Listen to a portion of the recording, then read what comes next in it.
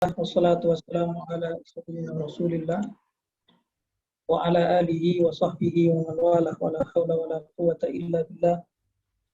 Rabbi shrah li sadri wa yassir li amri wa hlul 'uqdatam min lisani yafqahu qawli wa saddid bihi lisani wa hdi qalbi bi haqqi nabiyyina Muhammadin sallallahu alaihi wasallam. Amma ba'd. Yang saya hormati Ustaz Agarin, kawan-kawan di Ghazali Institute. Ini baru semuanya apa bagaimana ini? Campur, Ustaz. Tapi kebanyakan dari teman-teman yang baru. Ada yang lama. Saya tidak akan panjang lebar ya. Iya. Saya sebenarnya menyangkanya hari Kamis. Ternyata Ustaz Agarin salah nulis tanggal. Sehingga salah nulis hari ya, bukan tanggal ya. Hari, iya. Salah nulis hari ya. Saya lihat harinya hari Kamis. Karena kalau Kamis memang kebetulan kosong. Ini tadi saya misi dari luar. Saya tadi was-was juga, jangan-jangan nggak bisa nih.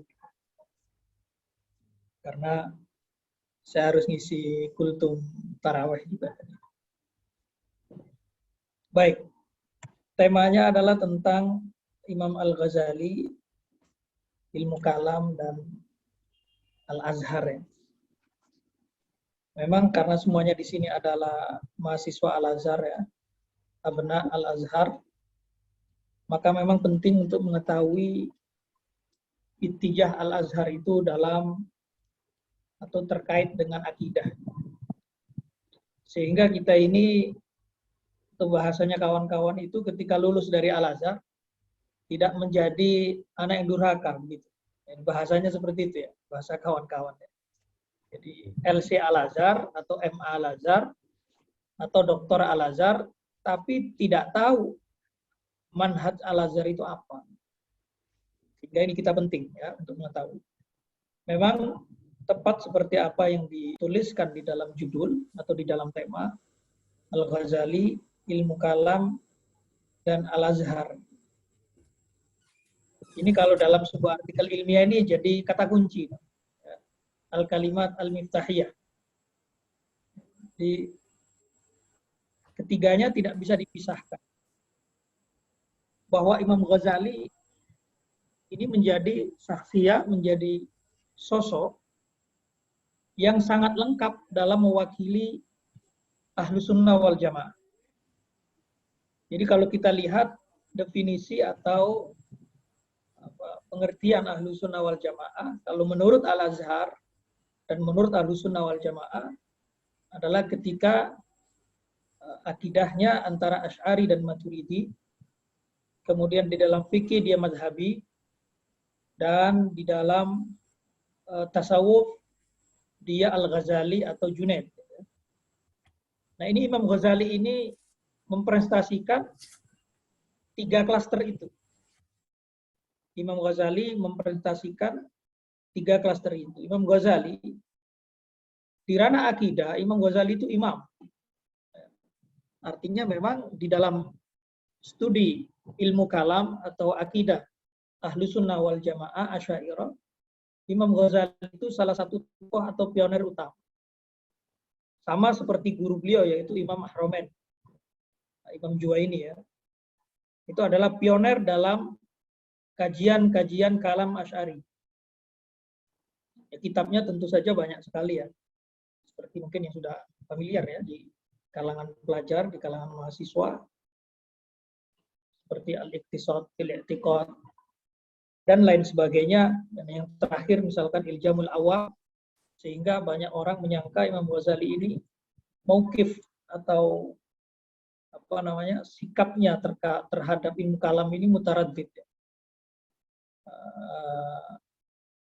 Termasuk pendukung apa yang nolak ini, karena ada kitab beliau juga namanya Iljamul Awam an Ilmil Kalam. Padahal kalau kita baca sebenarnya tidak ada yang mutaraddid, tidak ada yang takut, karena Imam Ghazali ini melarang atau mencegah belajar ilmu kalam. Itu adalah yang dicegah adalah orang-orang awam.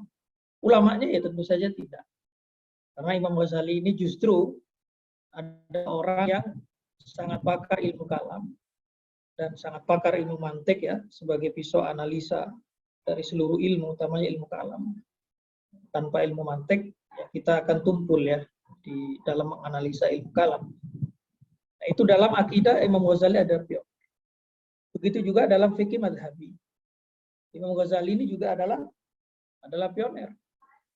Kitab-kitabnya kita tahu begitu sangat banyak ya terkait mazhab Asy-Syafi'i. Dan dalam tasawuf apalagi beliau ini sangat menjadi tokoh sentral dalam kajian-kajian tasawuf Sunni. Karena memang perjalanan tasawufnya Imam Ghazali ini begitu sangat indah atau sangat sangat dramatis ya. Karena ketika beliau di awal-awal perjalanan ilmunya itu, beliau memulai dari pintu ilmu kalam, dari pintu fikih yang memang berkaitan erat dengan akal, dengan ketajaman, kecerdasan, dan lain sebagainya. Tapi endingnya, beliau akhirnya memilih jalan tasawuf. Kalau kita lihat di dalam kitab beliau, kalau kita baca pengakuan beliau, uraian beliau itu sangat luar biasa. Saya bacakan ini salah satu ungkapan beliau di dalam kitab beliau Al-Mumkit Minad Dalal. Tsumma lahadu ahali, kemudian memperhatikan kondisiku, fa idza ana munghamisun fil alaik wa qad ahdaqat biyal jawanib. Jadi beliau itu merasa di dalam keterikatan hal-hal yang di luar hal-hal yang bersifat ukhrawi. Walahatu a'mali wa ahsanu wa ta'fa idza ana fiha muqbilun ala ulumin ghairi muhimma wala nafi'a fi tariqil akhir. Padahal beliau ini hari-harinya mengajar, hari-harinya belajar, urusan beliau hari-harinya adalah ilmu. Tapi beliau merasa ini adalah fi ala ulumin ghairi muhimmati. Ini ilmu-ilmu yang tidak penting, wa nafi'a fi tariqil akhir, dan tidak bermanfaat dalam jalan menuju akhir. Summa fakkartu fi niyati tadris fa idza hiya ghairu khalisah wajhillah ta'ala. Jadi ketika mencoba melihat kembali niat beliau mengajar, ternyata itu tidak ikhlas karena Allah Subhanahu wa taala. Bal ba'ithuha muharrikuha talabul jahi wa intisharus sayf. Bahkan pendorongnya atau faktor penggeraknya itu adalah keinginan untuk talabul jah, ya, mencari pandangan manusia, wa intisharus sayf, mencari ketenaran dan lain sebagainya. Tayaqantu anni ala syafa'il finhar. Ya, maka aku yakin aku akan aku sedang dalam bahaya. Wa anni qad ashfaitu ala nar. Ini pengakuan Imam Ghazali ketika di puncak ilmu beliau, baik itu ilmu kalam ataupun ilmu fikih, beliau itu merasa bahwa apa yang selama ini beliau lakukan ini bukan karena Allah Subhanahu wa ta'ala. Oleh karena itu akhirnya beliau memilih jalan tasawuf. Makanya saksiyah Imam Al-Ghazali ini adalah saksiyah yang sangat kamilah, yang sangat lengkap ya. Di dalam beliau ada ilmu kalam, di dalam beliau ada fikih, dan di dalam beliau itu ada tasawuf. Sangat tepat kita menjadikan Imam Ghazali ini adalah sebagai teladan atau sebagai mursyid ya, sebagai mursyid dalam kita mencari ilmu atau dalam kita berahlu sunnah wal jamaah. Nah, inilah yang akhirnya dipegang oleh Al-Azhar itu sendiri. Maka Al-Azhar selalu mendengungkan bahwasannya seorang Azhari itu adalah fikihnya madhabi, kemudian akidahnya antara Ari dan Maturidi, dan tasawufnya Junaid atau Al-Ghazali. Kemudian yang perlu kita ketahui adalah bahwa sekarang ini banyak sekali syubhat-syubhat yang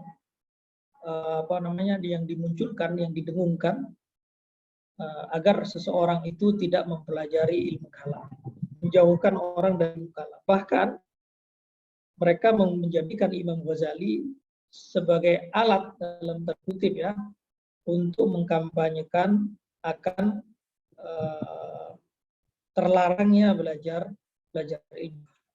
Padahal ilmu kalam itu para ulama dulu seperti Imam Syafi'i, seperti yang lain ketika membenci atau mengeluarkan statement yang merendahkan atau mencela ilmu kalam, itu adalah ilmu kalam bukan seperti yang pada saat ini, bukan. Itu adalah ilmu kalam yang ada di masa beliau-beliau. Ilmu kalam yang masih berupa masail, ya, masih berupa 1-2 persoalan yang diperdebatkan. Yang paling masyhur pada saat itu adalah persoalan bahwasanya Al-Quran adalah makhluk. Jadi bukan ilmu kalam yang sudah matang sebagaimana yang kita tahu pada saat ini, tapi adalah ilmu kalam yang masih berbentuk masail, belum menjadi satu kesatuan ilmu kita pelajari pada saat ini. Oleh karena itu tidak tepat ya menjadikan perkataan-perkataan para imam, perkataan para ulama di masa lalu untuk menjustifikasi bahwasanya ilmu kalam itu haram atau menjauhkan para tulabul ilm pada saat ini agar tidak mempelajari ilmu kalam. Itu tidak tepat. Karena apa? Sekali lagi, karena ilmu kalam pada saat itu belum sampai belum sampai matang seperti ilmu kalam yang kita kenal pada saat ini. Tanpa ilmu kalam tentunya kita tidak akan mampu mematahkan aliran-aliran yang menyimpang ya dari Islam, baik itu dari internal umat Islam atau dari luar ya, filsafat barat misalkan. Itu satu-satunya ilmu yang ada di dalam Islam yang bisa digunakan untuk mengcounter subhat-subhat baik dari internal Islam atau internal umat Islam ataupun dari luar umat Islam, itu adalah ilmu kalam. Jadi Mu'tazilah itu tidak runtuh di tangan para muhaddisin, tidak runtuh di tangan para mufassirin, tidak runtuh di tangan para fuqaha, tapi dominasi atau kebudayaan Mu'tazilah itu runtuh justru di tangan al-mutakallim, justru di tangan orang-orang ahli kalam, yaitu ahli kalam ahli sunnah wal jamaah. Utamanya di sini yaitu Al-Imam Abu Hasan Al-Asy'ari. Ketika sekitar 40 tahun beliau ada di mazhab Mu'tazilah, ketika beliau keluar dan beliau mulai membantah ajaran-ajaran Mu'tazilah yang dianggap menyimpang dari mazhab Ahlussunnah wal Jamaah, dan akhirnya dilanjutkan oleh murid-murid Abu Hasan setelahnya. Nah, inilah yang harus kita warisi. Inilah yang harus kita warisi dari ulama kita. Azhar menyediakan semua itu. Azhar mulai tingkat 1 ya, itu sudah menyediakan, mengajarkan akidah Ahlussunnah wal Jamaah dengan kitab-kitab turas. Kalau tidak salah itu memakai kitab Jauharah at-Tauhid ya, kalau tidak salah. Kalau di jurusan saya malah nggak ada ya. Jurusan saya dulu di Al-Azhar adalah jurusan Lughah. Itu tidak ada pelajaran akidah, tidak ada pelajaran mantek ya. Maka itu kita cari sendiri selama kita di Mesir, itu di masjid-masjid Al-Azhar, di sekitar di Madiyafah yang mengajarkan ilmu. Maka teman-teman yang baru ini kesempatan terbaik ya di Mesir. Jangan sampai disia-siakan, karena Mesir ini adalah gudangnya ilmu ya. Al-Azhar itu ada Ka'batul Ilm. Semua yang ada di Mesir kalau bisa betul-betul dilahap semuanya, karena itu pasti akan berguna saat kita pulang ke Indonesia. Utamanya lagi-lagi adalah ilmu kalam. Kalau kita buta terhadap ilmu kalam, maka kita akan kesulitan untuk membedakan mana yang hak dan mana yang batil, apalagi terkait aliran-aliran yang bersifat filsafat ya, atau bersifat pemikiran. Maka di sini Ghazali Institute ya, Ghazali Institute ini kan konsentrasi di dunia pemikiran, sehingga pemikiran Imam Ghazali ini begitu sangat penting. Baik. Kemudian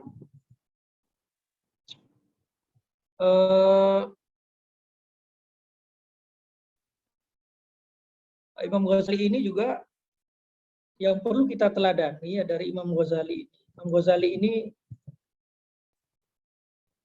sosok yang memang tidak tedeng aling-aling ya kepada aliran-aliran sesat. Nah, ini jangan sampai kalau kita baca kitab-kitab Imam Ghazali, belum membantah banyak sekali firqah yang belum bantah ya.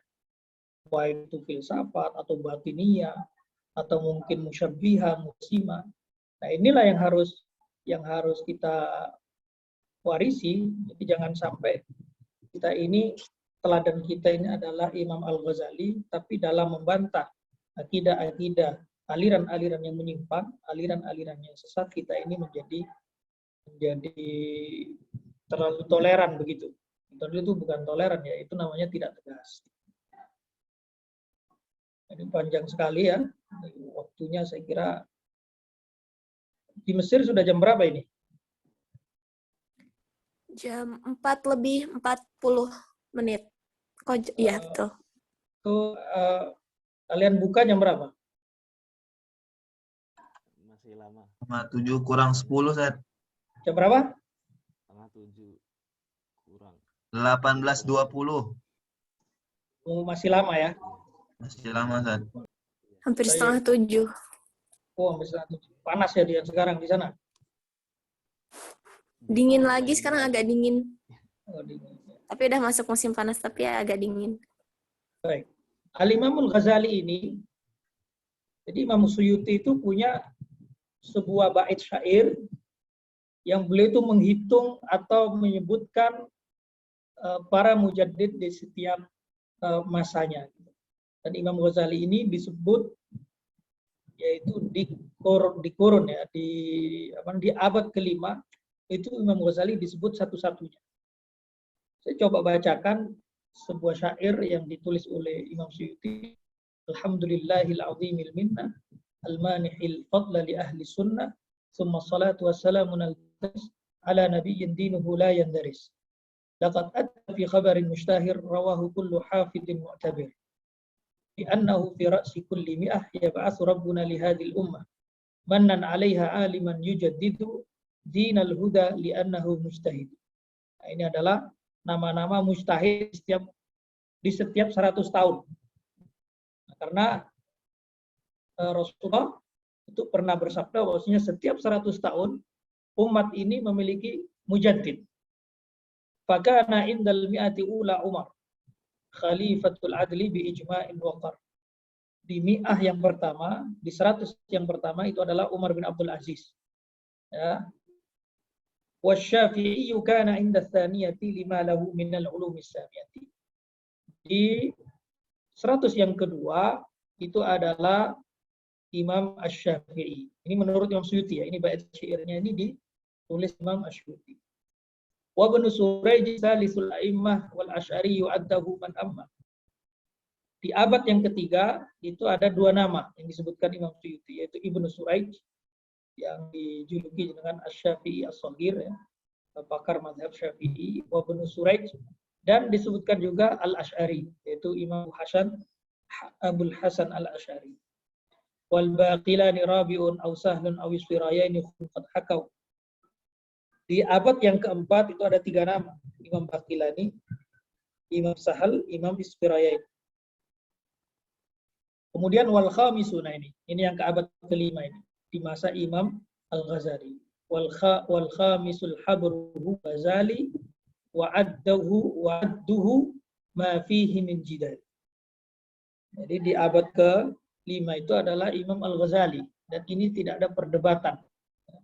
Karena di masa itu satu-satunya orang yang mendapat julukan Hujjatul Islam Imam Ghazali.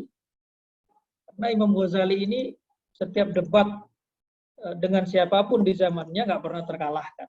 Sampai beliau memiliki memiliki keistimewaan ya, memiliki posisi yang istimewa di masa Saljuk ya, di Nizamul Mulk. Karena keilmuan beliau. Jadi beliau debat dengan siapapun, beliau pasti menang. Nah, ini Imam Ghazali. Kitabnya banyak ya. Kitabnya banyak, dan hampir di seluruh fan ilmu beliau ini pakarnya. Meskipun beliau pernah mengatakan terkait ilmu hadis, wa bida'atil hadis musya, ya, bahwasanya perbekalanku dalam ilmu hadis itu sangat sedikit, ya. Tapi itu sedikit menurut Imam Ghazali, ya. Jadi jangan dibayangkan sedikit itu menurut kita, tapi sedikit menurut Imam Ghazali. Walaupun mungkin ditemukan di kitab beliau Ihya itu ada yang hadis yang dhaif misalkan, tapi itu tidak mengurangi nilai Ihya Ulumuddin itu di tengah masyarakat Muslim. Sehingga sampai sekarang Ihya ini dikaji bahkan di seluruh negara atau di seluruh umat Islam mengkaji kitab-kitab Imam Ghazali. Itu menunjukkan betapa umur Imam Ghazali ini begitu sangat berkah dan kitab-kitab beliau ini sangat bermanfaat. Mungkin saya kira itu, ya, saya tidak mau berpanjang berlebar-lebar terkait dengan Imam Ghazali. Saya hanya sedikit saja karena juga waktu, dan di sini sudah sangat malam, ya, di sini sudah jam 10. Saya kira mungkin kita akan lanjutkan mungkin dengan banyak diskusi saja. Mungkin itu yang bisa sedikit saya sampaikan untuk sekedar mukadimah. Kurang lebihnya mohon maaf. Assalamualaikum warahmatullahi wabarakatuh. Waalaikumsalam warahmatullahi Waalaikumsalam wabarakatuh. warahmatullahi wabarakatuh. Ya, terima kasih kepada Ustadz Muhammad Hidayatullah LCMA atas pemaparan sekilas tentang Imam Al-Ghazali, ya. Dan Masya Allah, dari pemaparan yang singkat itu kita juga bisa mengambil banyak ibrah daripada Imam Al-Ghazali, ya, dan terkait dengan ilmu kalam yang telah disampaikan oleh Ustadz Muhammad Hidayatullah. Ya, mungkin selanjutnya masuk ke sesi diskusi, ya. Nah, setelahnya silahkan teman-teman jika ada ingin yang disampaikan atau pertanyaan, maka dipersilahkan agar sesi diskusi ini bisa hidup. Fadhol teman-teman.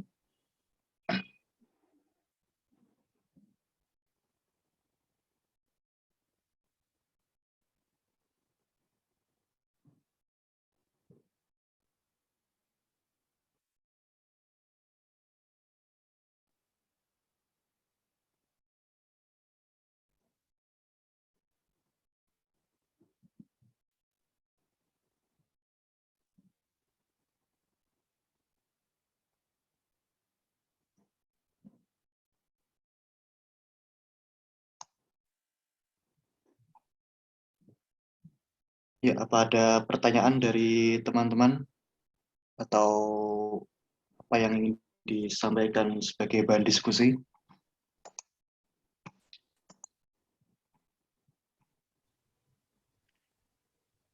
Mas Agarin mungkin, ya. Gimana? Ada nggak ini, Mas, dari Sat Agarin?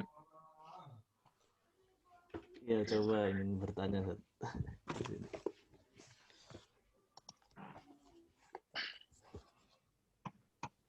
Oke, silakan. Jadi, oke, terima kasih Mas Moderator, Mas Tegar. Tadi dibahas oleh Ustadz tentang ilmu kalam dan Imam Ghazali, ya. Terus disinggung juga dalam penjelasan Ustadz Hidayat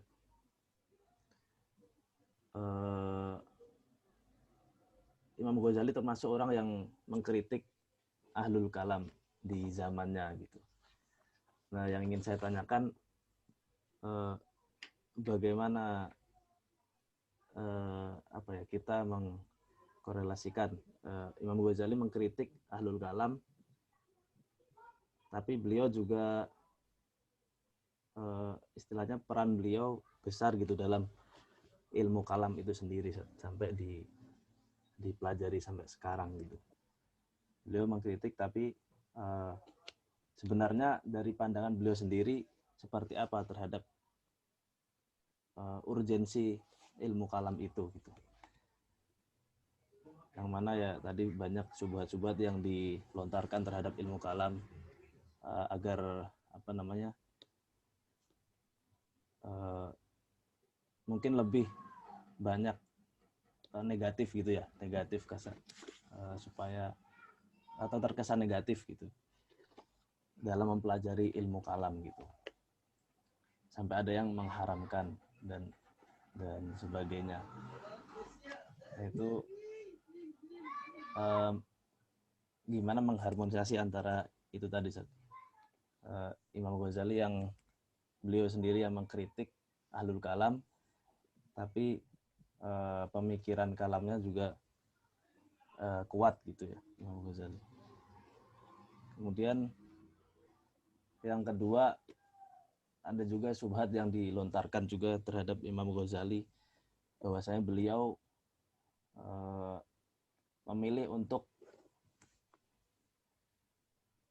istilahnya khalwat atau menyendiri di tengah berkecamuknya peperangan ketika itu di dalam tubuh umat Islam ketika waktu itu. Dan salah satu syubhat yang dilontarkan yaitu beliau seorang ulama besar, imam di zamannya, tapi tidak ikut turun untuk berjuang gitu, atau untuk berperang.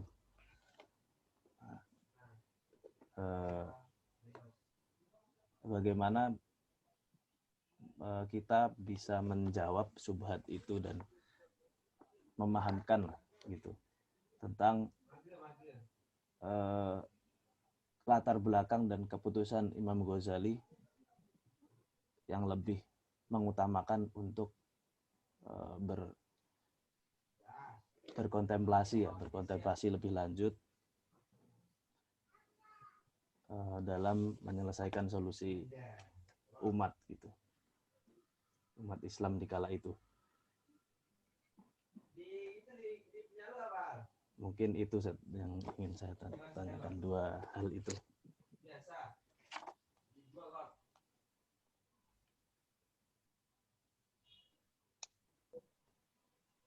Ya, silakan Ustadz Muhammad Hidayatullah. Itu tadi pertanyaan dari Ustadz Agarin. Fadil. Baik, terkait bahwa Imam Ghazali mengkritik ahlul kalam, kalau mengkritik dalam beberapa masail itu memungkinkan ya, tapi kalau beliau mengkritik secara jumlatan wa tafsilan ilmu kalam tentu tidak, karena beliau sendiri adalah pakarnya. Jadi beliau tidak pernah ditemukan beliau itu mengharamkan ilmu kalam bagi ulama, tidak ada perkataan beliau yang mengharamkan ilmu kalam bagi kalangan ulama untuk jangan pelajari ilmu kalam. Untuk mereka yang mampu memang itu tidak ada perkataan itu. Tapi yang ada adalah beliau mencoba untuk mencegah atau melarang orang-orang awam untuk mempelajari ilmu kalam. Kenapa? Kata beliau, karena mempelajari ilmu kalam ini membutuhkan tingkat kecerdasan yang tertentu ya. Harus orang-orang terpelajar. Karena tidak boleh asal comot, tidak boleh tidak peraturan, tidak boleh tidak berjenjang dan sebagainya, tidak boleh comot sana, comot sini, akhirnya nggak utuh itu mempelajari ilmu kalam. Sehingga tidak tepat kalau sampai ada yang mengatakan Imam Ghazali ini mengharamkan ilmu kalam, tidak ada. Yang justru memakai ilmu kalam tapi mengharamkan ilmu kalam itu justru Ibnu Taimiyah ya. Ibnu Taimiyah ini kalau kita baca kitab beliau Darut Ta'arud itu isinya ya logika-logika kalam ya itu ya, logika-logika mantik ya. Tapi endingnya Ibnu Taimiyah mengharamkan ilmu kalam. Tapi kalau Imam Ghazali beliau tahu detail ilmu kalam tapi tidak pernah mengharamkan bagi para pelajar. Tapi bagi orang awam memang beliau mencegah ya. Makanya beliau menulis Iljamul Awam an Ilmil Kalam ya. Awam, ini jelas dari judulnya itu adalah untuk orang-orang awam. Kemudian ada kritikan terhadap mungkin beberapa masail, itu biasa ya, di ilmu yang lain juga banyak ya. seorang ahli fikih mengkritik ahli fikih yang lain, kemudian seorang ahli filsafat mengkritik filsafat yang lain, itu hal yang biasa. Terkait dengan syubhat yang kedua, yaitu tentang ketika terjadi perang, kenapa Imam Ghazali tidak turun. Yang pertama, memang saya belum tahu apakah betul itu saat itu terjadi perang yang memang mengharuskan seseorang itu atau sampai pada titik fardu ain. Kan ada tingkatan-tingkatan itu ya. Kita ketika terjadi peperangan dengan kaum kafir, itu radiusnya beda-beda ya. Apakah radius tempat Imam Ghazali itu atau sampai kepada radius yang memang sudah fardu ain atau belum? Nah, itu perlu dicek juga. Kedua, alasannya bisa jadi juga itu untuk menyelamatkan ilmu, karena di kalangan sahabat pun tidak semuanya sahabat itu berjihad ya di waktu yang sama ya. Ada memang yang pergi berjihad, ada juga yang pergi belajar, merawat ilmu. Dan bisa juga ini dilihat dari sisi manfaat. Kalau Imam Ghazali turun, manfaatnya apa? Misalkan ya, atau Imam Ghazali tetap dia mengasingkan diri untuk merawat ilmunya dan menurunkan ke generasi berikutnya, dan itu dianggap lebih bermanfaat untuk Islam misalkan. Nah, pertimbangan-pertimbangan seperti itu bisa jadi muncul ya. Itu perlu kita cek lagi ya. Bahwasanya Imam Ghazali ini apakah sampai radius fardu ain jihadnya, atau sebenarnya belum sampai di situ, belum sampai radius wajib jihad. Atau kalaupun misalkan radius wajib jihad, apakah atau memungkinkan ya, beliau memiliki pertimbangan yang lain, yaitu ingin apa? Ingin melestarikan ilmu yang ada pada diri beliau untuk generasi setelahnya. Apalagi jihad itu tidak harus semuanya turun ya. Bisa dibagi, ada yang turun ke medan jihad, ada yang memang tetap berprofesi atau mengajar generasi-generasi Islam. Tidak semuanya harus turun ke medan jihad. Mungkin saya rasa itu ya yang bisa saya jawab. Baik, terima kasih Ustadz Muhammad Hidayatullah. Oke, dari teman-teman ada lagi yang ingin ditanyakan mungkin? Silakan. Oke, silakan Ustadz Farid. Menyambung terkait perdebatan yang Ghazali sama filsuf ya. Jadi pertanyaannya itu apakah Imam Ghazali menyadari gitu ya bahwa ada perbedaan istilah antara mutakalim dengan filsuf, khususnya terkait yang dikafirkan Imam Ghazali tentang alam qadim, alam hadis itu kan kalau dari saya kurang dengar ya, suaranya kurang dengar saya. Kurang keras gimana Ustaz? Ya kurang jelas di saya. Gimana intinya tadi? Ulangi lagi ya. Ya coba mungkin ya. Jelas ya sekarang. Kurang sih Mas Yan. Jadi nyambung. Gimana? Ya. Jadi masih menyambung pertanyaan perdebatan Imam Ghazali dengan filsuf. Nah, dengan apa? Apakah Imam Ghazali menyadari ada perbedaan istilah antara istilah-istilah mutakalim dengan istilah-istilah filsuf, khususnya terkait alam itu hadis atau alam itu qadim? Kan istilah pengertian alamnya mutakalim itu berbeda dengan alam yang dimaksud oleh filsuf kayak gitu. Apakah Imam Ghazali menyadari perbedaan istilah itu, atau memang perbedaan filsuf dengan mutakalim terkait alam itu emang benar-benar perbedaan secara substansi gitu, bukan sekedar istilah? Soalnya yang saya dengar bahwa alam menurut filsuf itu ya bukan sekadar alam yang kita lihat saja, tapi alam itu katanya kan menurut filsuf itu ada 5 seperti itu. Sedangkan alam yang dimaksud oleh mutakalim itu ya jauhar dan arod kayak gitu. Jadi apakah Imam Ghazali menyadari perbedaan istilah antara filsuf dengan mutakalim seperti itu, Ustaz? Ya, Imam Ghazali sangat menyadari seluruh istilah yang ada di dalam kajian-kajian filsafat. Beliau itu mempelajari filsafat itu selama 2 tahun ya. Bahkan 2 tahun sesuai pengakuan beliau ya. 2 tahun itu pun di sela-sela beliau ngajar ya. Jadi saking cerdasnya beliau memang dalam 2 tahun itu beliau menguasai betul apa yang ada di kajian ilmu filsafat. Dan Imam Ghazali ini dikenal sebagai sosok tidak akan mengkritik suatu kelompok, suatu kaum, kecuali beliau itu paham betul kenapa kelompok itu meyakini itu. Contoh, ketika beliau mau mengkritik Batiniyah, beliau itu selami betul kenapa sih kok ada orang mau mengikuti aliran Batiniyah. Apa yang menyebabkan seseorang ikut Batiniyah? Dipelajari betul itu. Ajaran-ajaran Batiniyah yang diyakini orang itu, sehingga beliau bisa mengkritik. Begitu juga filsafat, sebelum beliau mengkritik filsafat, beliau itu mempelajari betul selama 2 tahun, meskipun di sela-sela ngajar. Artinya kalau kita kan harus fokus ya 2 tahun ya. Beliau itu di sela-sela ngajar aja sudah mampu menguasai betul ilmu filsafat. Jadi beliau apakah memahami itu? Sangat memahami. Kalaupun terjadi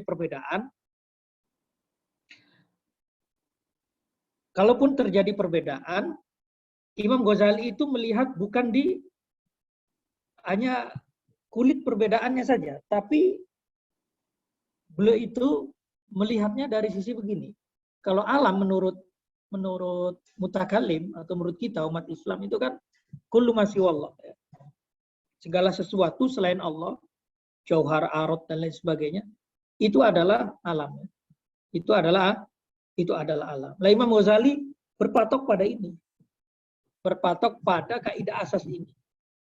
Sehingga ketika ada orang meyakini bahwasannya alam apapun itu istilahnya, apapun itu mustalahatnya, dan dia mengatakan qadim, maka itu jelas sesat, maka itu jelas kufur menurut beliau. Hal inilah yang juga yang akhirnya kena ya Ibnu Taimiyah di Alam Qadim bin Nau itu ya. Yang mana itu adalah perkataan filsafat ya. Dan itu diyakini oleh Ibnu Taimiyah, dan ini salah satu dari 3 persoalan besar Ibnu Taimiyah itu kenanya, yaitu di alam itu adalah Qadim bin Nau hadisun bil afrad gitu ya. Dan itu adalah kalam filosof, bukan kalam mutakallim ahlu sunnah atau mutakallim muslim ya. Nah, dari sana kalau kita mau meruntut itu dari sana, dari yang kita lihat jauh harinya. Jangan terkecoh dulu dengan perbedaan-perbedaan istilah. Tapi kita kembali ke asal bahwasanya alam, sesuatu yang disebut alam adalah selain Khalik ya. Selain Allah itu adalah alam. Maka selain Allah pasti makhluk, kan begitu logikanya. Selain Allah pasti makhluk, nggak mungkin Khalik. Bahwa kemudian nanti muncul bana istilah, apapun itu istilahnya, dan ketika itu dikatakan qadim, maka itu pasti salah. Imam Ghazali meruntutnya dari sana. Jadi bukan beliau nggak paham mustalahnya, paham, tapi konsekuensinya beliau lebih paham. Begitu saya kira ya. Ya, terima kasih Ustadz Muhammad Hidayatullah. Apakah ada lagi dari teman-teman nih? Kira-kira ada lagi nggak ini dari teman-teman? Oh iya Ustadz, dikit lagi ya terkait qadim itu ya Ustadz. Ya. Kan kalau misalkan ada yang bertanya, kan yang qadim itu cuma Allah gitu ya. Ya. Terus sifat-sifat Allah itu juga kan qadim. Ya. Nah, terus kalau misalkan itu kan berarti ta'adudul qadim itu gimana sih cara jawabnya gitu ya? Enggak, karena ada zat, ada sifat. Jadi tidak ada ta'adudul qadim. Yang dikatakan ta'adudul qudama itu adalah ketika ada 2 zat yang sama, 2 zat yang berbeda. Zatnya kan satu, yaitu Allah. Sifatnya bisa banyak. Maka disitulah kenanya Mu'tazilah, bahwa Mu'tazilah itu akhirnya membatalkan banyak sifat itu karena memang firaran min ta'addudil qudama. Jadi Mu'tazilah ingin keluar atau ingin terbebas dari berbilangnya yang qadim, sehingga Mu'tazilah mengatakan Allahu alimun bizatihi. Allah itu alim dengan zatnya. Nggak mau mengatakan alimun bi ilmihi, dengan sifat ilmunya nggak mau. Tapi kalau kita Ahlussunnah mengisbat sifat ilmu bagi Allah Subhanahu wa taala. Karena ketika kita baca bismillah pun itu bukan berarti 3 ya. Bismillah ar-Rahman ar-Rahim, bukan. Bukan trinitas kita ini, karena Ar-Rahman, Ar-Rahim sifat. Yang zat satu Allah. Maka ketika sifatnya mau 1000 pun, zatnya tetap satu. Tidak ada ta'addudul qudama. Jadi ta'addudul qudama itu berlaku di zat ya, bukan di sifat. Begitu ya? Iya, Ustaz, syukran, Ustaz. Apa? Oke, Ustaz, mungkin saya mau bertanya, Ustaz ya, mau Ya. menyambung tadi. Sebenarnya apa konsekuensi daripada ketika Ahlus Sunnah itu mengisbatkan sifat? Karena tadi kan Mu'tazilah sendiri mengatakan Allah alimun bidatihi. Kemudian Ahlus Sunnah itu dengan sifatnya sebenarnya perbedaan signifikan. Itu apa sih yang membuat akhirnya Ahlus Sunnah itu mengisbatkan sifat itu? Jadi seperti itu, Ustaz. Maksudnya perbedaan Ahlussunnah sama Mu'tazilah. Ya kan ketika Mu'tazilah mengatakan alimun bidatihi, kemudian kalau Ahlus Sunnah dengan bi'ilmihi. Itu sebenarnya konsekuensi dari keduanya itu apa sehingga kok Ahlus Sunnah mengisbatkan sifat gitu dan sedangkan Mu'tazilah itu tidak gitu. Yaitu karena kalau Mu'tazilah ingin yaitu tadi salah konsep. Jadi Mu'tazilah menganggap ketika mengisbatkan sifat itu berarti ada yang kodim itu banyak, nggak satu gitu. Nah ini dari sini yang salahnya di sini kan. Ya, salah konsep. Sedangkan Ahlus Sunnah mengatakan ya enggak lah gitu. Allah itu ada, Allah itu kodim, Allah itu apalagi Allah maujud, Allah kodim, Allah alim, ya kan? Allah khaliq, mau sifatnya banyak sekalipun menurut Ahlussunnah wal Jamaah itu bukan ta'addudul qudama karena itu adalah sifat. Jadi justru konsekuensinya bagi Mu'tazilah adalah ta'tilus sifat. Jadi itu betul akhirnya menafikan sifat gitu. Hanya mengakui zat. Itu bahaya juga gitu. Sehingga artinya ketika Allah Sami'un Alim misalkan Allah mendengar, kalau menurut Mu'tazilah mendengar bidatihi gitu ya, bukan mendengar dengan sifat samanya. Padahal Allah itu punya zat dan Allah punya sifat. Jadi kalau semua dikembalikan ke zat, seakan-akan Allah tidak punya sifat. Padahal mengisbat sifat-sifat yang ma'ani itu tidak ada konsekuensi bahayanya. Beda ya dengan mengisbat beberapa hal yang bersifat mutasyabihat ya. Yang itu sebenarnya bukan sifat ya, tapi itu seperti misalkan yadun ya. Yadun. Itu kan yang sifat ma'ani kan kudroh ya. Kalau sifat yadun, apakah yad itu adalah sifatnya? Maka Ahlussunnah wal Jamaah Asy'ariyah memiliki dua sikap. Yaitu pertama takwil, kedua tafwid. Itu yang lebih selamat. Masalah yadun, ainun, istiwa, arash dan lain sebagainya itu adalah nusus al-mutasyabihah ya. Imam Ibrahim Al-Laqani dalam Jauharahnya mengatakan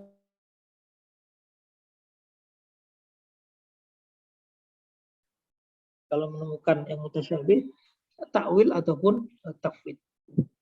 Tapi kalau yang ma'ani ini apakah orang kepikir? Enggak, beda. Kalau saya katakan tangan, antum pasti kepikir bentuk tangan dan sebagainya. Tapi ketika saya katakan kekuasaan, antum enggak. Kenapa? Enggak berbentuk. Ketika saya katakan alim, ilmu, enggak berbentuk. Enggak ada masalah. Tapi ketika saya katakan mendengar, enggak berbentuk. Tapi ketika saya sebutkan telinga, pasti berbentuk. Nah ini yang akhirnya khilaf itu nanti di hal-hal yang bukan sifat-sifat ma'ani. Kalau sifat-sifat ma'ani dan maknawiyah itu diisbat ya sama Ahlussunnah wal Jamaah. Oke. Oke, Ustaz. Ingin tanya lagi, Ustaz. Tapi gini, Ustaz. Tadi kan sudah dikatakan bahwasanya Allah itu kan alimun bidatihi. Kemudian yang Ahlussunnah itu bisifatihi. Nah, yang saya maksudkan itu sebenarnya perbedaannya itu loh. Kan ketika Allah itu Mu'tazilah mengatakan Allah alimun bidatihi kan juga mengatakan Allah itu alim gitu loh. Tapi ketika Ahlussunnah, tapi dengan sifatnya. Sebenarnya itu bedanya apa dan konsekuensi dari ketika menaktilkan sifat itu tuh apa itu kan padahal Mu'tazilah sendiri tetap mengatakan bahwasanya Allah itu alim gitu walaupun bidatihi. Nah, sebenarnya tuh apa gitu sebenarnya? Konsekuensi Kan dari di Al-Quran kan banyak ayat yang mengatakan bi ilmihi, ya kan? Wasi'a ilmuhu dan lain sebagainya. Itu mau dikemanakan ayat-ayat seperti itu? Oh. Jadi ada beberapa dalil baik Al-Quran ataupun hadis yang menunjukkan pengisbat sifat-sifat itu. Artinya ketika dia alimun tapi tidak dengan ilmu, itu juga nggak logis juga. Alimun apalagi warat ya, apalagi di dalam Al-Quran dan hadis secara jelas ilmu Allah itu tertulis gitu loh, secara lafaz. Gitu. Maka itu nggak perlu diingkari. Gitu. Jadi dari segi dalil, dari segi ayat ataupun hadis, ya Mu'tazilah jelas jauh ya dari kebenaran. Meskipun kalau ditanya apakah Allah itu alim sih, ya Mu'tazilah ngomong ya alim.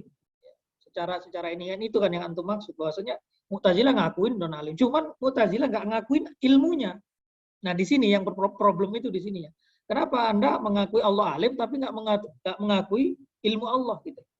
Padahal di hadis-hadis kan disebutkan juga kan ilmu Allah itu tidak akan habis dan lain sebagainya. Ada ilmu Allah itu ya. Nah itu problemnya nanti di sana. Mengingkari banyak ayat Al-Quran ataupun banyak hadis. Oke Ustaz, terima kasih Ustaz. Itu tadi sebenarnya menyambung pertanyaan dari Ustaz Farid. Ya. Kemudian saya ingin bertanya, ini pertanyaan pribadi saya Ustaz. Bukan nyambung ya? Bukan. Oke, saya mau bertanya terkait dengan yang permasalahan ilmu hadis tadi, hadis dengan Imam Al-Ghazali, ketika orang mengatakan bahwasanya Imam Al-Ghazali tidak otoriter dalam bidang hadis, itu bagaimana cara kita menjelaskannya dan mengcounternya gitu. Itu yang pertama. Dan yang kedua, dari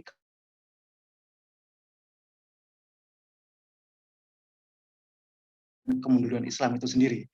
Karena kritikan-kritikan beliau terhadap para filsuf, terhadap para filsafat, yang akhirnya itu mengganggu tradisi keilmuan umat muslim.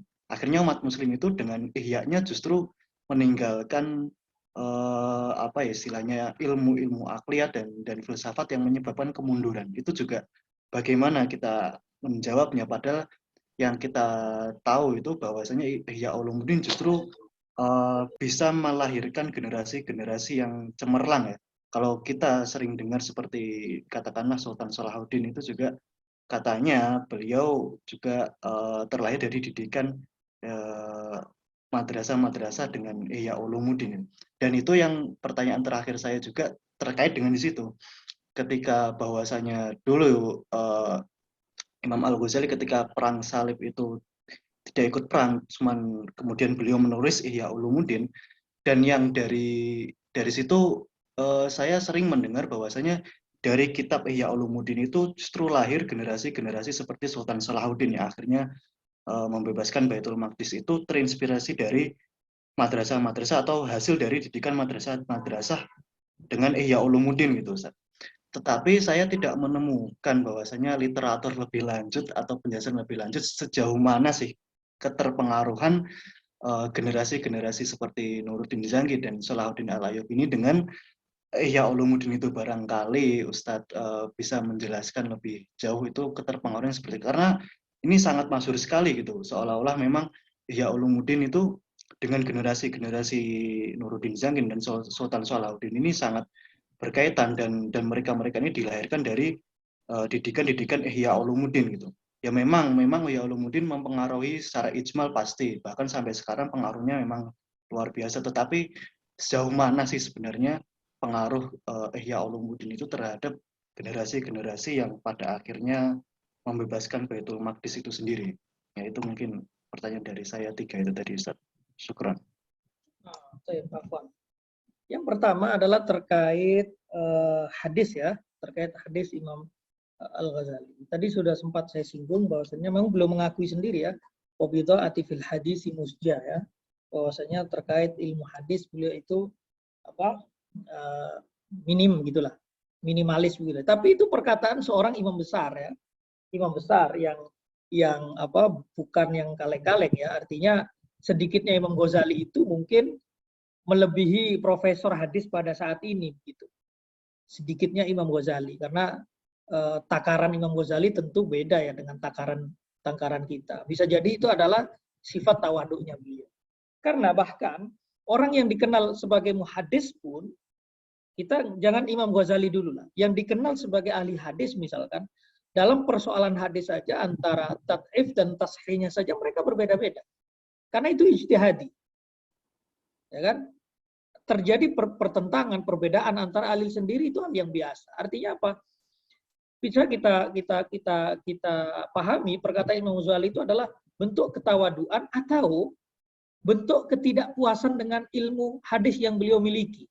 Jadi bukan karena betul-betul beliau itu nggak bisa, tapi orang itu punya standar misalkan. Imam Ghazali ketika mempelajari fikih punya standar, ketika mempelajari ilmu kalam punya standar. Dan beliau betul-betul ada di level teratas di ilmu-ilmu itu. Tapi ketika di ilmu hadis, beliau merasa beliau tidak memiliki pengembaraan hadis seperti orang-orang ahli hadis. Sehingga beliau juga tidak ingin mengatakan beliau ada di puncak itu. Itu bentuk tahu diri begitu. Sehingga beliau posisikan diri di ilmu hadis, dia belum bukan pakarnya. Tapi bukan berarti beliau tidak paham. Tapi tidak selevel dengan ahli hadis yang memang pakarnya mungkin di zamannya. Atau mungkin sebelum zaman beliau. Itu saya kira untuk memahaminya ke sana ya. Jadi jangan betul-betul dipahami perkataan beliau, wabidha'ati fil hadisi musja itu betul-betul bodoh terhadap hadis. Bukan. Tapi tidak sampai puncaknya. Sebagaimana ilmu yang lain yang beliau sampai puncaknya gitu. Kemudian terkait dengan bahwa Imam Ghazali itu adalah penyebab kemunduran. Nah, ini lagi-lagi persepsi juga ya. Sekarang Barat misalkan mengaku maju, tapi sekarang bunuh diri itu yang paling banyak di Barat. Bunuh diri itu yang paling banyak itu di Barat. Kemajuan apa yang membuat orang bodoh akhirnya bunuh diri kan begitu. Itu kan kebodohan yang sangat super itu. Dari mana kemajuan itu diukur kalau memang tingkat bunuh dirinya itu tinggi begitu. Kan pasti suspek ya, ya. Itu kan tidak fair ya mengatakan bahwasannya Imam Ghazali kemunduran. Justru dengan Ihya Ulumuddinnya itu, justru Imam Ghazali itu ingin menembak langsung ke hulu setiap pribadi-pribadi Muslim untuk maju. Karena ilmu tidak akan maju kalau tidak berporos pada Allah Subhanahu wa taala. Tidak berporos pada syariat, pada Allah. Maka Imam Ghazali ketika beliau beralih dari hal-hal yang bersifat kalam, misalkan kemudian beliau beralih ke tasawuf, karena beliau menganggap itu tidak ada ruhnya. Kalau hanya kita berpikir tentang dunia itu tidak ada ruhnya. Padahal kekuatan utama umat Islam, kemajuan utama umat Islam itu ketika dia ini tidak lepas dari Allah. Nah, Ihya Ulumuddin inilah dikarang untuk orang selalu bisa tazkiyatun nafas ketika hatinya bersih, hubungan dengan Allah baik, maka insya Allah kecemerlangan itu akan muncul. Kalau kita lihat ya pidatonya Umar bin Khattab misalkan ya, ketika Umar bin Khattab melepas pasukan untuk berjihad, apa kata Umar bin Khattab? Pesannya itu salah satunya kalian jangan bermaksiat. Kalian harus bertakwa kepada Allah. Kenapa? Karena peralatan kita jauh di bawah peralatan musuh. Jumlah kita jauh lebih sedikit dibandingkan jumlah musuh. Kalau kalian bermaksiat, kalian jauh dari Allah, maka kalian sama bermaksiatnya. Jadi kalau kalian sama-sama bermaksiat seperti musuh, maka apa yang akan menyebabkan kita menang, kata Umar? Maksiatnya sama-sama maksiat. Sedangkan jumlah lebih banyak mereka. Nah begitulah Imam Ghazali tadi itu menjawab keterpengaruhan. Jadi ketika Ihya itu mempengaruhi secara global, betul memang, betul yang antum katakan, Imam Ghazali dengan Ihya-nya itu mempengaruhi pikiran umat Islam secara global untuk tazkiyatun nafas, untuk membersihkan diri, hati dan sebagainya. Dan itulah yang akhirnya membuat pejuang-pejuang Islam ini kuat karena i'timad 'ala Allah.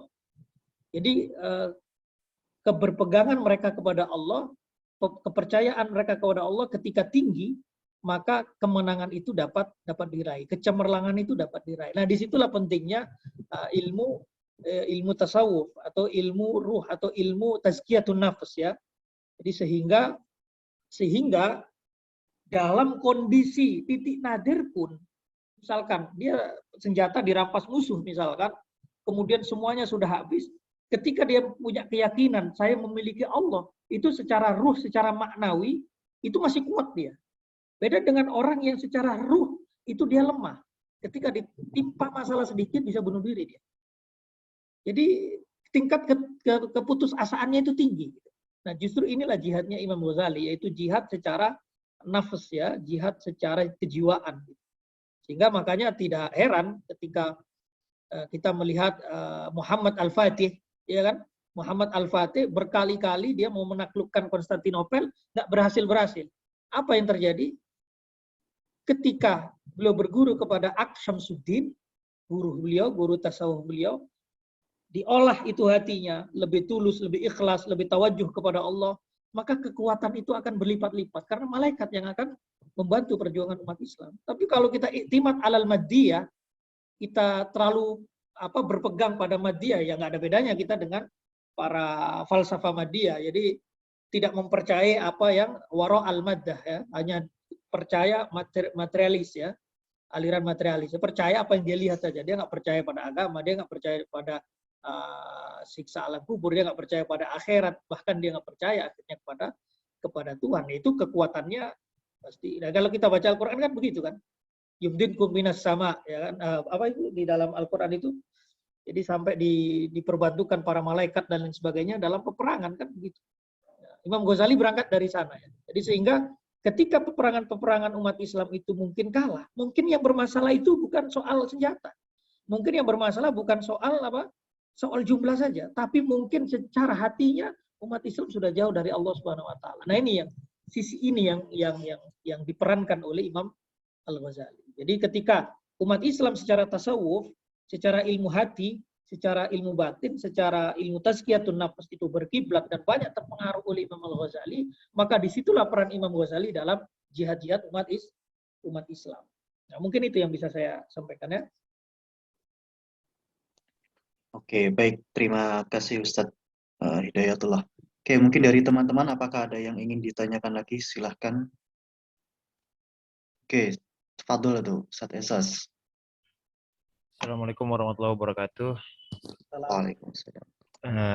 Afwan Ustadz, nama ana Esas Salif Hakiki, ingin bertanya dari materi yang telah antum sampaikan tadi tentang, tadi kan antum bilang tentang bahwasanya pada zaman-zaman ini mulai muncul syubhat-syubhat untuk menjauhkan para pelajar dari ilmu kalam, atau seperti halnya contohnya tadi antum bilang kayak statement-statement ulama dijadikan justifikasi yang tidak pada tempatnya, atau justifikasi yang mentah-mentah terhadap larangan atas mempelajari ilmu kalam.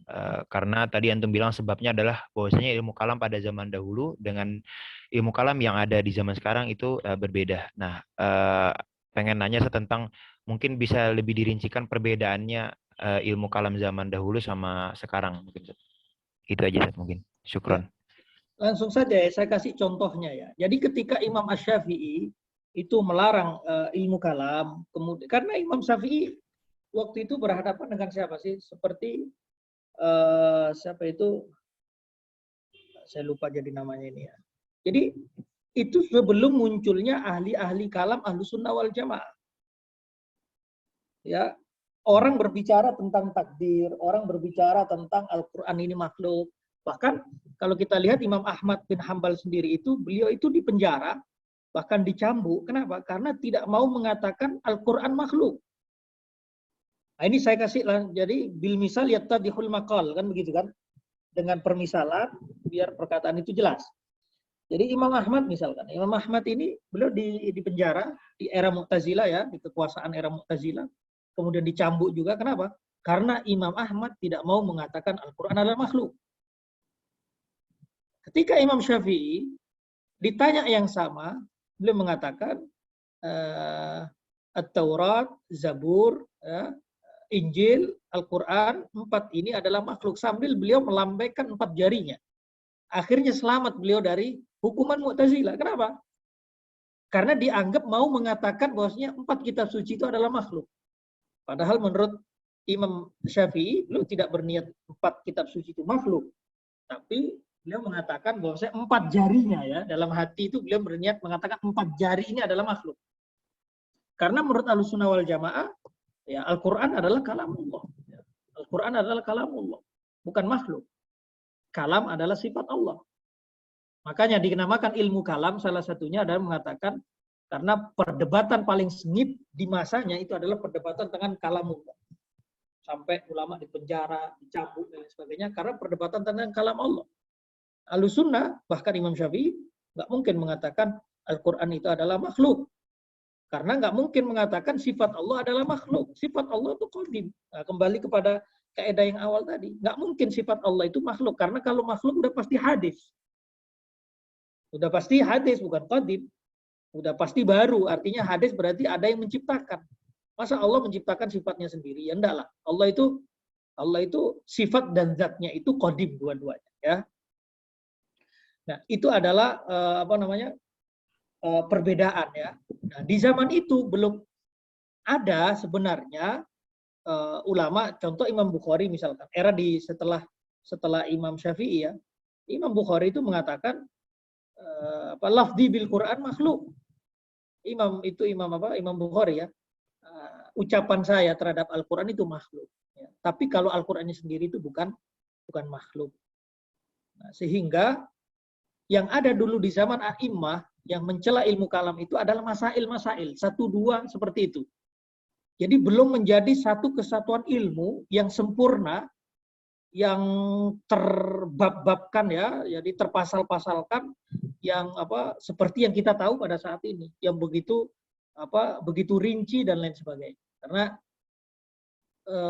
para a'immah dulu banyak akhirnya tidak menoleh kepada ilmu kalam karena lebih sibuk untuk mempelajari fikih. Makanya Imam Malik itu punya perkataan, atau Imam Syafi'i kalau tidak salah, saya lupa, janganlah kalian sibuk dengan hal yang kalau kamu salah akan dikafirkan. Mending kalau kita itu sibuk dengan ilmu yang kalau kita salah kita dikatakan salah begitu aja, nggak sampai dikafirkan. Artinya sibuk dengan fikih. Kalau fikih salah kan cukup dikatakan salah.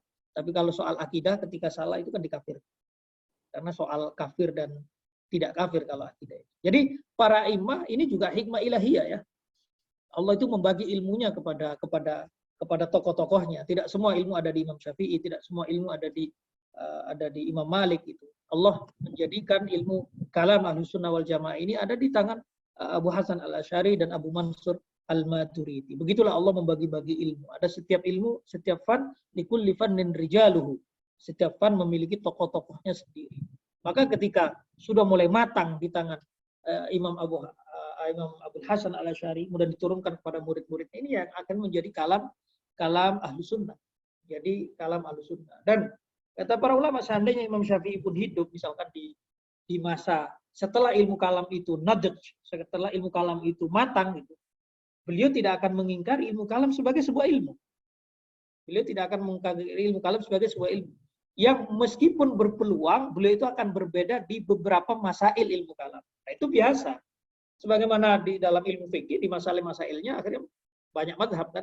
Itu biasa. Kalau berbeda masailnya, itu biasa. Di qadiyah ini saya nggak setuju dengan dia, itu biasa.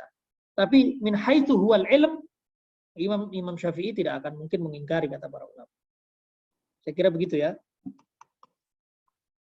Mungkin boleh nambah satu pertanyaan lagi, Zat? Iya, mangga. Tadi kan udah disampaikan tentang urgensitas atau pentingnya ilmu kalam ini. Nah, yang pengen Ana tanya di sini, apakah ada perbedaan antara ilmu kalam dengan ilmu akidah dari segi penamaan? Soalnya saya pernah dengar kalau ilmu akidah itu hanya sekedar doktrin atau kaidah-kaidah yang intinya harus diterima dan difahami. Sedangkan ilmu kalam itu adalah suatu ilmu yang untuk mengcounter atau melawan pemikiran-pemikiran yang sesat. Mungkin itu. Ya. Saya ingin menjawabnya dari dua segi ya.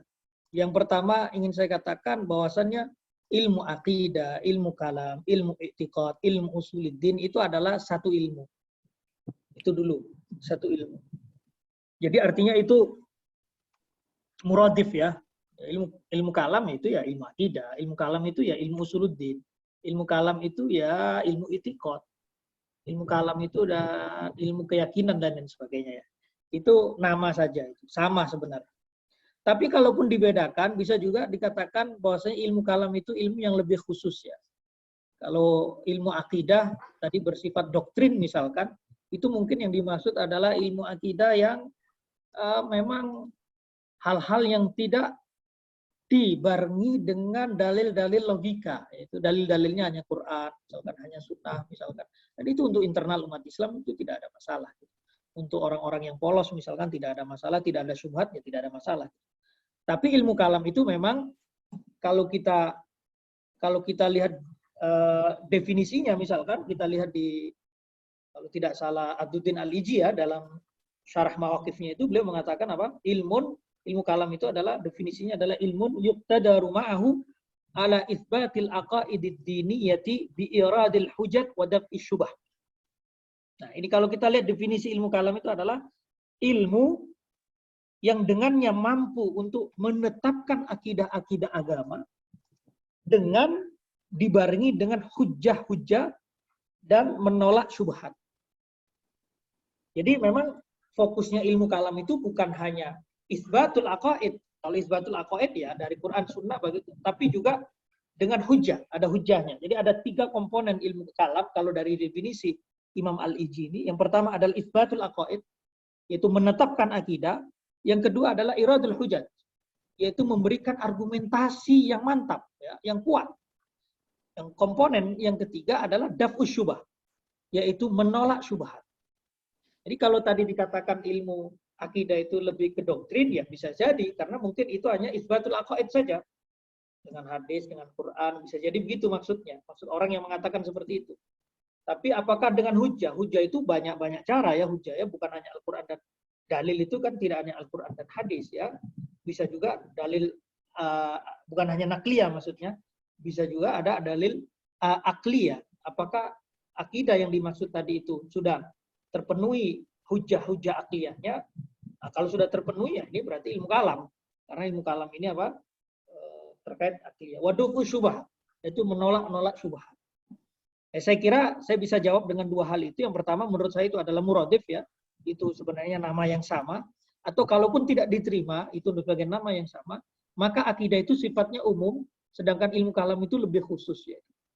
Atau bisa juga ilmu akidah itu lebih khusus atau lebih sempit ya, lebih sempit, sedangkan ilmu kalam itu lebih luas. Kalau ilmu akidah mungkin terkait tadi dikatakan doktrin, mungkin hanya di situ ada Quran dan Sunnah misalkan. Kalau ilmu kalam ada Qurannya, ada Sunnahnya, kemudian ada dalil-dalil akliyahnya ditambah dengan daf'u syubah ya, untuk menolak syubhat. Jadi mendatangkan syubhat kemudian ditolak, mendatangkan syubhat kemudian ditolak. Jadi ada dialog di sana ya, lebih dinamis ya ilmu kalam. Bukan hanya dia doktrin tadi itu, tapi memang dia itu membuka cakrawala pemikiran dengan dalil-dalil akli ditambah dengan membantah syubhat-syubhat dari lawan. Bisa dipahami ya kira-kira ya. Jadi bisa itu adalah muradif atau bisa jadi itu adalah yang satu lebih umum dari yang satu. Oke, terima kasih Ustaz. Baik teman-teman, apakah ada lagi? Kalau ada mungkin yang terakhir kali ya. Silakan teman-teman kalau ada yang mau ditanyakan lagi.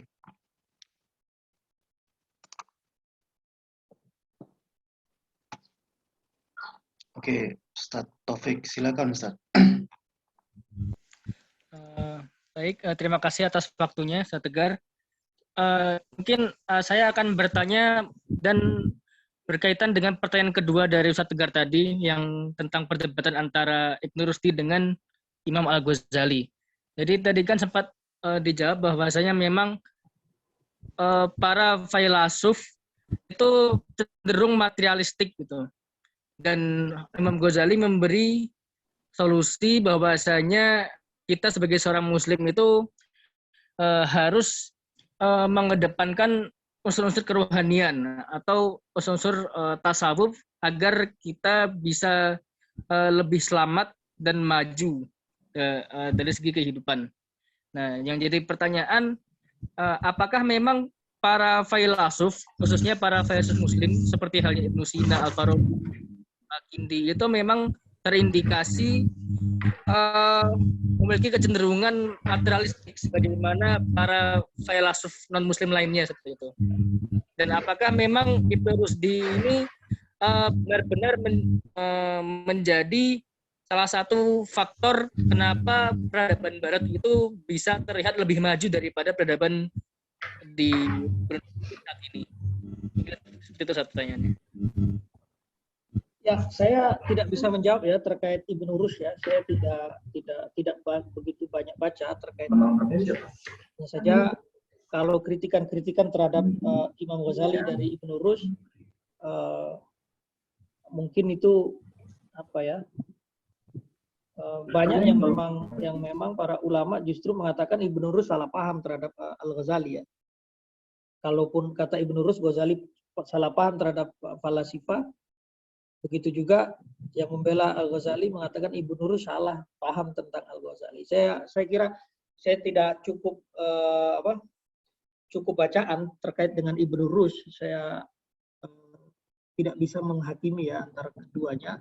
Hanya saja tadi saya sudah sebutkan bahwasannya terkait mustalahat tadi itu bahwa apakah Imam Ghazali salah, saya tegaskan Imam Ghazali tidak salah dalam memahami filsafat. Hanya saja Imam Ghazali ingin langsung menitik beratkan pada jantung ya, ulu jantungnya, bahwasanya apa yang diyakini oleh para filosof itu sesat menurut Imam Al-Ghazali ya, termasuk tentang tentang alam itu adalah kidam ya, alam itu adalah tidak hadis misalkan. Saya kira itu sekedar itu yang bisa saya jawab. Kalau detail terhadap mauqifnya Ibnu Rushd saya kurang bacaan terhadap terkait dengan buku-buku Ibnu Rushd. Baik, terima kasih Ustaz. Afwan. Oke, terima kasih Ustaz Hidayat.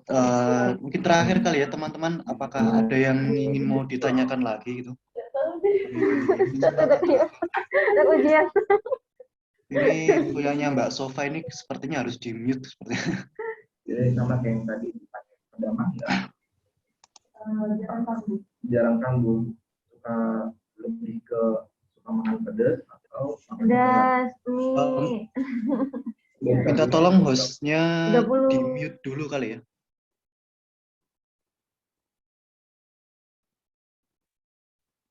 Oke. Bagaimana, apakah ada yang mau ditanyakan lagi dari kawan-kawan?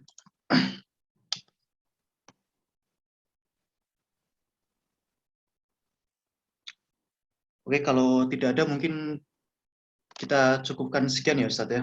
Ya, boleh. Ya, kita cukupkan sekian dari halaqah kedua pembekalan Ghazali Institute ini bersama Ustadz Muhammad Hidayatullah LSMA. Ya, kami haturkan terima kasih kepada Ustadz Muhammad Hidayatullah dan juga kepada teman-teman sekalian yang sudah menghadiri dan menghidupkan diskusi dalam pertemuan majelis kita kali ini. Semoga kita semua bisa mengambil manfaat yang banyak dari pertemuan kita ini. Ya, mungkin dari saya sendiri mohon maaf apabila ada kesalahan dan kekurangan dalam memoderatori pertemuan kali ini. Saya sendiri pamit undur diri karena setelah ini saya serahkan kepada Ustadz Agarin ya, barangkali nanti ada maklumat-maklumat lebih lanjut setelah kita tutup nanti kepada teman-teman Ghazali Institute kali ya, atau pengumuman lebih lanjut terkait Ghazali Institute. Oke, terima kasih kepada kawan-kawan semua, wabil khusus kepada Ustadz Muhammad Hidayatullah. Kita tutup halaqah kita kali ini dengan bacaan hamdalah dan kafaratul majelis. Alhamdulillahirabbil alamin. Subhanallahumma ya, dari terima kasih ya, saya undur diri ya. Oke, Ustaz. Ya. Assalamualaikum. Waalaikumsalam warahmatullahi wabarakatuh. Setelahnya saya kembalikan ke Ustaz Agarin ya. Kali aja ada ini maklumat-maklumat dan pengumuman terkait Ghazali Institute. Silahkan. Oh iya, syukron. Terima kasih pada Ustadz Tegar sebagai moderator pada kajian kali ini. Untuk insya Allah nanti kedepannya gantian teman-teman ya. Moderator nanti bergilir gitu. Terus oh ya, sama notulensi atau resume dari setiap kajian pembekalan ini menjadi program kita untuk kita share, kita dokumentasikan dan kita share. Maka kami harapkan dari panitia, dari teman-teman pengurus, untuk teman-teman yang baru untuk menuliskan resume dari pembekalan.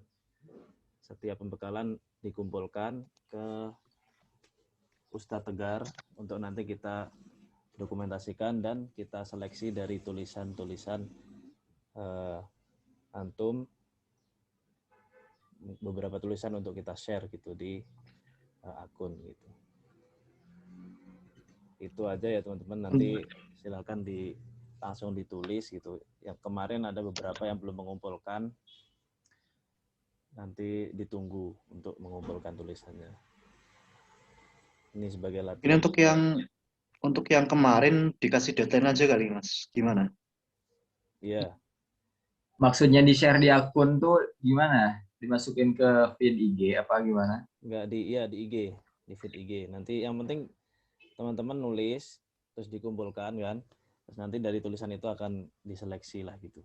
Untuk kita share di Instagram dari hasil kajian pembekalan ini. Gitu ya. Jadi setiap ini menulis resume. Terakhir besok ya, untuk yang kemarin, yang belum mengumpulkan. Gimana besok? Besok terakhir untuk pengumpulan yang sebelumnya. Yang sekitar ada 7 orang ya, 7 atau 8 yang belum. Baru 5 orang yang sudah mengumpulkan. Nah, terus yang hari ini, berarti yang udah selesai tinggal antum nulis hari ini. Yang belum berarti nulisnya 2 nanti, yang kemarin sama yang pembekalan hari ini. Makanya kita kasih waktu segera ditulis saja gitu. Dari setiap pembekalan langsung ditulis biar nggak numpuk-numpuk juga. Jadi 2 hari ya teman-teman ya, 2 hari buat nulis. Biar antum juga kan masih ingat, masih seger kalau baru kajian. Kalau udah lewat,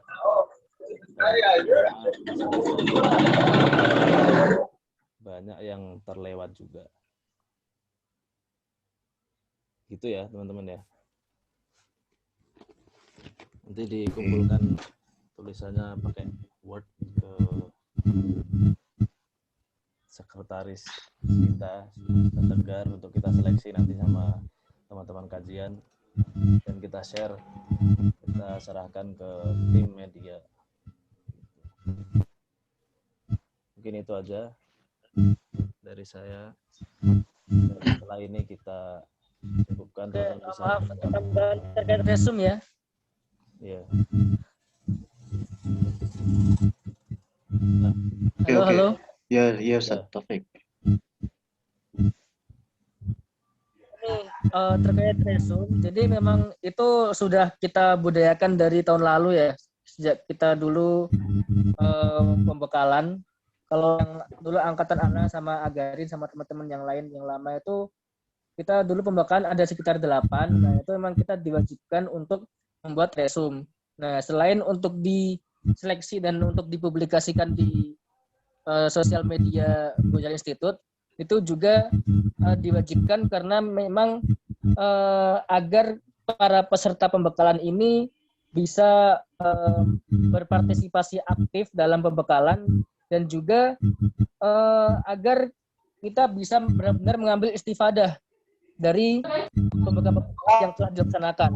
Jadi kan tentu ketika kita pembekalan ini kita mencatat apa saja materi-materi yang telah disampaikan oleh para pemateri. Nah, hasil catatan kita itu dari para pemateri, kita buat narasinya atau mau dibuat per poin juga nggak apa-apa, poin-poin 1, 2 sampai 10 atau bahkan 20, nah dibuat per poin-poin.